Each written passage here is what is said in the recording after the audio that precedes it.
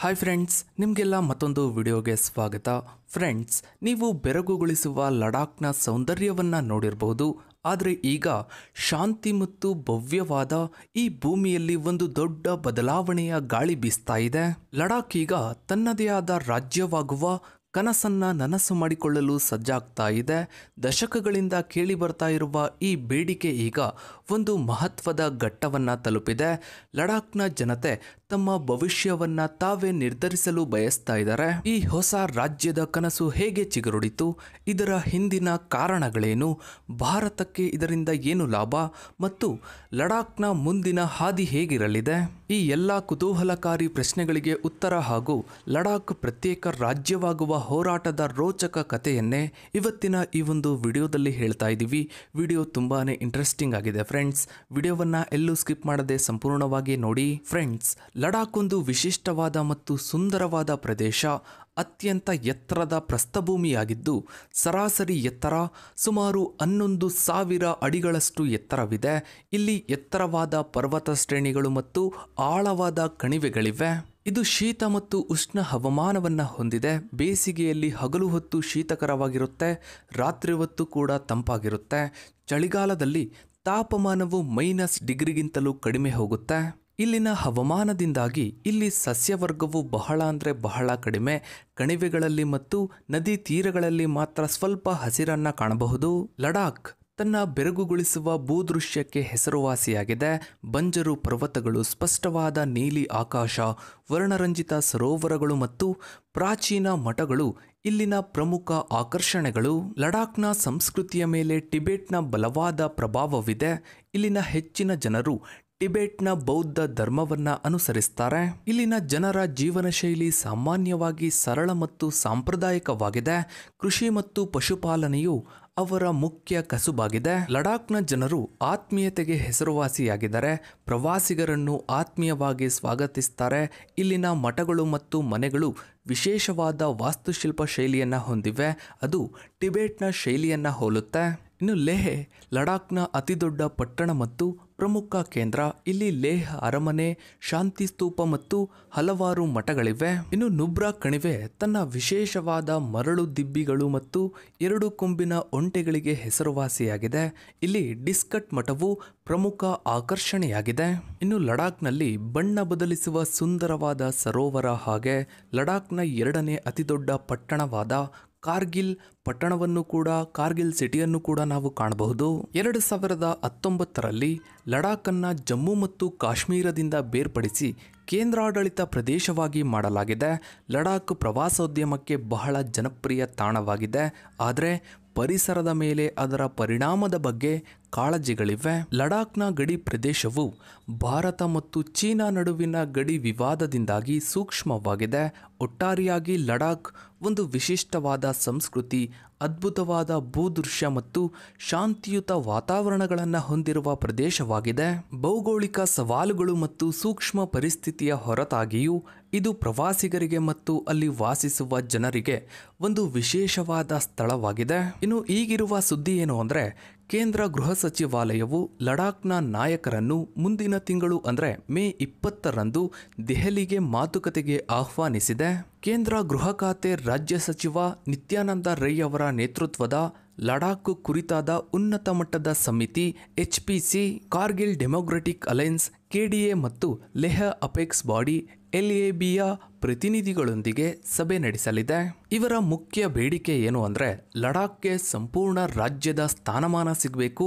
2ನೇಯದ್ದು, ಭಾರತದ ಸಂವಿಧಾನದ 6ನೇ ಅನುಸೂಚಿಯ ಅಡಿಯಲ್ಲಿ ಲಡಾಖ್ನ ಸೇರ್ಪಡೆಯಾಗಬೇಕು, ಅಂದರೆ ಬುಡಕಟ್ಟು ಪ್ರದೇಶಗಳ ರಕ್ಷಣೆಗಾಗಿ. ಇನ್ನು 3ನೇಯದ್ದು, ಕಾರ್ಗಿಲ್ ಮತ್ತು ಲೇಹ್ ಜಿಲ್ಲೆಗಳಿಗೆ ಪ್ರತ್ಯೇಕ ಲೋಕಸಭಾ ಸ್ಥಾನಮಾನ ಸಿಗಬೇಕು, ಅಂದರೆ ಸಂಸದೀಯ ಸ್ಥಾನಗಳು ಸಿಗಬೇಕು.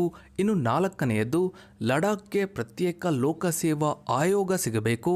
ಆಗಸ್ಟ್ 2019ರಲ್ಲಿ ಜಮ್ಮು ಮತ್ತು ಕಾಶ್ಮೀರ ರಾಜ್ಯವನ್ನು 2 ಕೇಂದ್ರಾಡಳಿತ ಪ್ರದೇಶಗಳಾಗಿ ಜಮ್ಮು ಮತ್ತು ಕಾಶ್ಮೀರ ಮತ್ತು ಲಡಾಖ್ ವಿಭಜಿಸಿದ ನಂತರ ಈ ಬೇಡಿಕೆಗಳು ಹುಟ್ಟುಕೊಂಡವು. ಕೇಂದ್ರಾಡಳಿತ ಪ್ರದೇಶದ ಸ್ಥಾನಮಾನವನ್ನ ಆರಂಭದಲ್ಲಿ ಸ್ವಾಗತಿಸಲಾಗಿದ್ರೂ ಕೂಡ ಹೆಚ್ಚಿನ ಸ್ವಾಯತ್ತತೆ ಮತ್ತು ಶಾಸಕಾಂಗ ಅಧಿಕಾರದ ಅಗತ್ಯತೆಯ ಬಗ್ಗೆ ಹೆಚ್ಚುತ್ತಿರುವ ಅಭಿಪ್ರಾಯಗಳಿವೆ.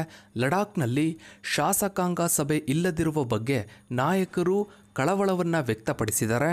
ಪ್ರಸ್ತುತ ಆಡಳಿತಾತ್ಮಕ ವ್ಯವಸ್ಥೆಯು ಪ್ರದೇಶದ ಅಗತ್ಯತೆಗಳನ್ನು ಸಮರ್ಪಕವಾಗಿ ಪರಿಹರಿಸ್ತಾ ಇಲ್ಲ ಅಂತ ಅವರು ಹೇಳಿದ್ದಾರೆ. ಇನ್ನು ಹವಾಮಾನ ಕಾರ್ಯಕರ್ತ ಮತ್ತು ನಾವೀನ್ಯಕರಾದ ಸೋನಂ ವಾಂಗ್ಚುಕ್ ಅವರು ಈ ಬೇಡಿಕೆಗಳಿಗೆ ಬಲವಾದ ಬೆಂಬಲವನ್ನ ನೀಡಿದ್ದಾರೆ.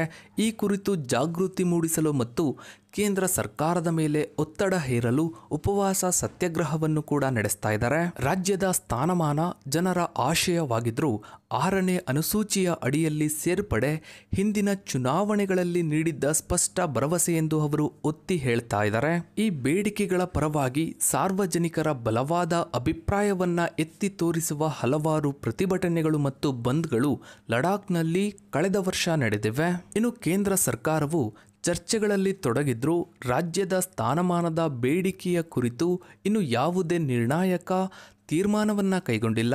ಅದರಲ್ಲೂ 6ನೇ ಅನುಸೂಚಿಯ ಸೇರ್ಪಡೆಯಂತಹ ಇತರ ಬೇಡಿಕೆಗಳ ಬಗ್ಗೆ ಚರ್ಚಿಸಲು ಹೆಚ್ಚಿನ ಸಿದ್ಧತೆ ಕಂಡು ಬರ್ತಾ ಇದೆ. ಇನ್ನು ಲಡಾಖ್ನ ನಾಯಕರು ಚೀನಾ ಮತ್ತು ಪಾಕಿಸ್ತಾನದೊಂದಿಗೆ ಗಡಿಯನ್ನ ಹಂಚಿಕೊಂಡಿರುವ ಪ್ರದೇಶದ ಕಾರ್ಯತಂತ್ರದ ಮಹತ್ವವನ್ನು ಗಮನದಲ್ಲಿಟ್ಟುಕೊಂಡು ರಾಜ್ಯದ ಸ್ಥಾನಮಾನವನ್ನು ನೀಡುವುದು ಮತ್ತು ಪ್ರದೇಶದಲ್ಲಿ ಶಾಂತಿಯನ್ನ ಖಚಿತಪಡಿಸುವುದು ರಾಷ್ಟ್ರಕ್ಕೆ ನಿರ್ಣಾಯಕ ಎಂದು ವಾದಿಸ್ತಾ ಇದ್ದಾರೆ. ಲಡಾಖ್ಗೆ ರಾಜ್ಯದ ಸ್ಥಾನಮಾನ ನೀಡಿದರೆ ಭಾರತಕ್ಕೆ ಹಲವಾರು ರೀತಿಯ ಲಾಭಗಳಾಗಬಹುದು. ಅವುಗಳಲ್ಲಿ ಕೆಲವು ಮುಖ್ಯವಾದವುಗಳನ್ನು ಈಗ ನೋಡ್ತಾ ಹೋಗೋಣ ಬನ್ನಿ. ರಾಜ್ಯವಾದರೆ ಲಡಾಖ್ಗೆ ತನ್ನದೇ ಆದ ಚುನಾಯಿತ ಸರ್ಕಾರ ಮತ್ತು ಶಾಸಕಾಂಗ ಸಭೆ ಇರುತ್ತದೆ. ಇದು ಸ್ಥಳೀಯ ಜನರಿಗೆ ತಮ್ಮ ಆಡಳಿತದಲ್ಲಿ ನೇರವಾಗಿ ಭಾಗವಹಿಸಲು ಅವಕಾಶ ನೀಡುತ್ತೆ. ಜೊತೆಗೆ ಅವರ ಆಶೋತ್ಕಾರಗಳನ್ನು ವ್ಯಕ್ತಪಡಿಸಲು ವೇದಿಕೆ ಒದಗಿಸುತ್ತೆ. ರಾಜ್ಯ ಸರ್ಕಾರವು ಸ್ಥಳೀಯ ಸಮಸ್ಯೆಗಳು ಮತ್ತು ಅಗತ್ಯತೆಗಳನ್ನು ಉತ್ತಮವಾಗಿ ಅರ್ಥ ಮಾಡಿಕೊಂಡು ಪರಿಣಾಮಕಾರಿ ನೀತಿಗಳನ್ನು ರೂಪಿಸಲು ಮತ್ತು ಕಾರ್ಯಗತಗೊಳಿಸಲು ಸಾಧ್ಯವಾಗುತ್ತೆ. ಕೇಂದ್ರಾಡಳಿತ ಪ್ರದೇಶಕ್ಕಿಂತ ರಾಜ್ಯವು ಹೆಚ್ಚಿನ ಸ್ವಾಯತ್ತತೆಯನ್ನು ಹೊಂದಿರುತ್ತೆ. ಇದು ಭಾರತದ ಪ್ರಜಾಪ್ರಭುತ್ವ ವ್ಯವಸ್ಥೆಯನ್ನ ಮತ್ತಷ್ಟು ಬಲಪಡಿಸುತ್ತೆ. ಇನ್ನು ಗಡಿ ಪ್ರದೇಶವಾಗಿರೋದ್ರಿಂದ ಲಡಾಖ್ನ ಭದ್ರತೆ ಭಾರತಕ್ಕೆ ಅತ್ಯಂತ ಮುಖ್ಯ. ರಾಜ್ಯದ ಸ್ಥಾನಮಾನ ನೀಡಿದ್ರೆ ಸ್ಥಳೀಯ ಜನರು ಆಡಳಿತದಲ್ಲಿ ಹೆಚ್ಚು ತೊಡಗಿಕೊಳ್ತಾರೆ ಮತ್ತು ಇದು ಗಡಿ ಭದ್ರತೆ ಮತ್ತು ಗುಪ್ತಚರ ಮಾಹಿತಿಯನ್ನ ಒದಗಿಸುವಲ್ಲಿ ಸಹಕಾರಿಯಾಗಬಹುದು.